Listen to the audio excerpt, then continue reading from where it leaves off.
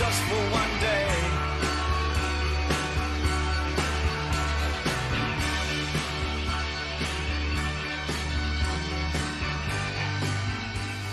Olivia, vous avez le sourire. C'est vrai que vous nous parlez souvent des enfants depuis quelques semaines déjà. Je ne sais pas si c'est une histoire de la rentrée scolaire. Mais là, vous en faites des héros, là.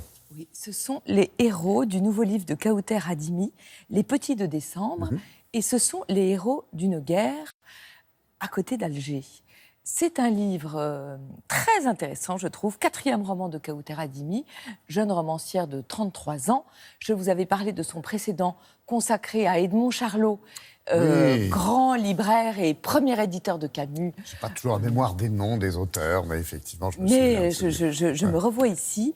Et là, sujet passionnant, et je trouve passionnant à double titre, d'abord parce que le roman se dévore, et en plus parce qu'il éclaire les événements et l'actualité algérienne des marcheurs du vendredi des temps précédents. Ce sont des enfants, donc c'est une guerre des boutons. C'est exactement, c'est une guerre de boutons. On est en 2016, dans une petite commune à l'ouest d'Alger. Un terrain vague, exactement comme dans Le Petit Nicolas, dans lequel des enfants viennent jouer. Il y a notamment 3 enfants, 2 petits garçons, une petite fille. On les voit en train de taper le ballon. Ils s'imaginent, vous savez, comme dans la tête des enfants. Et c'est très dur d'écrire à hauteur d'enfant, parce qu'il faut que ça sonne juste. Si ça ne sonne pas juste, c'est impardonnable. Ça ne fonctionne pas. Et là, c'est très très juste. Ils s'imaginent dans un stade, ils imaginent la caméra sur eux, ils imaginent les acclamations de la foule. Et vraiment, on est dans la tête de ces enfants. Il faut avoir ce talent-là quand on est écrivain. Oui, vraiment, c'est très très difficile à faire. Et puis, c'est le quotidien de ces enfants qui vont le soir jouer au foot sur ce terrain vague. Ce quotidien vole en éclats. Un jour, il y a 2 généraux qui arrivent et qui expliquent que sur ce terrain vague, ils vont faire construire 2 villas très luxueuses pour eux. Ce sont des généraux, c'est le pouvoir. Que faire ?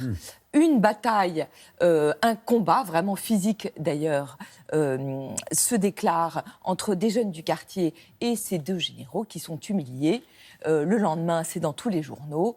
La guerre est déclarée entre les généraux et les jeunes du quartier. Que va-t-il se passer ? Eh bien, ces 3 petits-enfants vont décider de lutter et de résister pour garder leur terrain. Vous pensez qu'il y a du vécu, là ? Alors, il y a des faits réels. À partir de faits réels, Kauter Adimi imagine ce livre, qui est aussi une fable, évidemment, sur la société contemporaine algérienne. C'est très bien fait parce que vous avez toutes les générations. Les vieux, la génération intermédiaire, les jeunes et les enfants. C'est un livre à double fond qui interroge aussi les cicatrices laissées par la guerre d'Algérie, mais surtout laissées par la décennie noire. Parce que ces enfants, l'un a perdu son père dans un attentat, l'autre, son père a perdu ses jambes dans un attentat.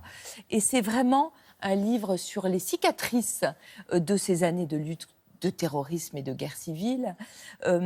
Et je trouve que c'est vraiment un roman, un pur roman, mais un roman qui permet de décrypter l'Algérie d'aujourd'hui de manière très intéressante. Moi, j'ai beaucoup d'admiration pour les romanciers qui permettent de lire autrement la réalité d'un pays. Et c'est ce que fait Kauter avec beaucoup de délicatesse, de finesse. Ça a l'air. Vraiment, Les Petits de décembre. Kauter Adimi, retenez son nom, elle a 33 ans, elle est née en Algérie en 86. Son visage aussi. Elle est absolument ravissante en plus. Et elle habite aujourd'hui en France. Elle est mariée avec un romancier que j'aime beaucoup aussi. Très intéressant livre. Et je vous rajoute en bonus la revue des 2 mondes qui vient de sortir sur l'Algérie, l'Algérie et nous, avec un très intéressant entretien de Valérie Toragnan avec Gilles Kepel, qui là aussi éclaire l'Algérie. Il va y avoir des élections au mois de décembre. Pays. Le rapport avec l'Algérie, c'est aussi Albert Camus avec cette très belle photo. Oui, avec une phrase d'Albert Camus géniale. Celui qui désespère des événements est un lâche, mais celui qui espère en la condition humaine est un fou. Nos enfants ont des héros.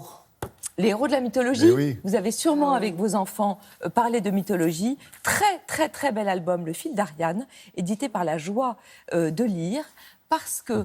J'allais dire, la mythologie est un labyrinthe, mais c'est vrai, on peut s'y perdre. Regardez, chaque tableau de la mythologie est fait par le biais d'un labyrinthe. Donc vous allez pouvoir leur raconter les dieux, évidemment, de la mythologie, mais aussi les travaux d'Héraclès, le voyage d'Ulysse, tous les Jeux Olympiques. Tout est raconté au travers de labyrinthe absolument extraordinaire. C'est un Polonais, Jan Batlik, qui est un Polonais, un illustrateur très connu dans le monde entier, qui travaille aussi bien pour l'IB que pour le New York Times. C'est merveilleux pour l'esprit et pour les yeux. Je rigole et je vous admire d'avoir les bouquins comme ça, toutes les nouveautés. J'ai reçu hier, pour l'anecdote, un bouquin qui a mis 3 ans à me parvenir. C'est pas vrai? C'est bien. Si. Et en plus, je regarde la dédicace et Mon cher Nathanaël. Oh, dites donc, c'était mal. En même temps, si c'est un bon livre, les bons livres ne sont pas périssables. Génial.